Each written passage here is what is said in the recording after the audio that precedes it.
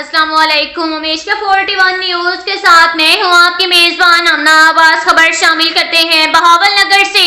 हमारे bureau chief Punjab Hussain Shah Qadri के मुताबिक बहावल नगर से मरकजी नायब सदर इंसानी हकों की फलाही तंजीम फिक्र जिंदगी वेलफेयर सोसाइटी सीनियर रहनुमा अकलियती विंग मुस्लिम लीग नून सीनियर रहनुमा सफीर अमन कौमी अमन कमेटी ब्राय बैनुल मज़ाहिब हम आहंगी साजन भाटिया ने कहा, असफन यार भंडारा एमएनए अकलियती बिरादरी की जिंदगी का मकसद पाकिस्तान और पाकिस्तानी अवाम के लिए फलाही काम करना है।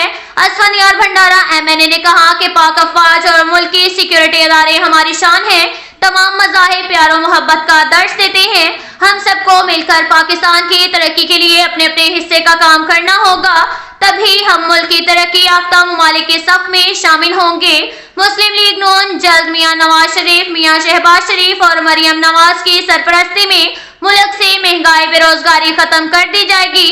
वाल्मीकि मंदिर में वाल्मीकि अकलियती मरकजी रहनुमा असफन यार भंडारा को एमएनए नामजद होने पर मंदिर में दुआया तकरीब, पूजा पाठ की मिठाई तकसीम और एक दूसरे को मुबारकबाद पेश करते हुए साजन भाटिया फलाही समाजी शख्सियत सफीर अमन सीनियर रहनुमा मुस्लिम लीग नून ने कहा कि हम सब प्यारे वतन पाकिस्तान की सलामती और खुशहाली के लिए दुआ करते हैं।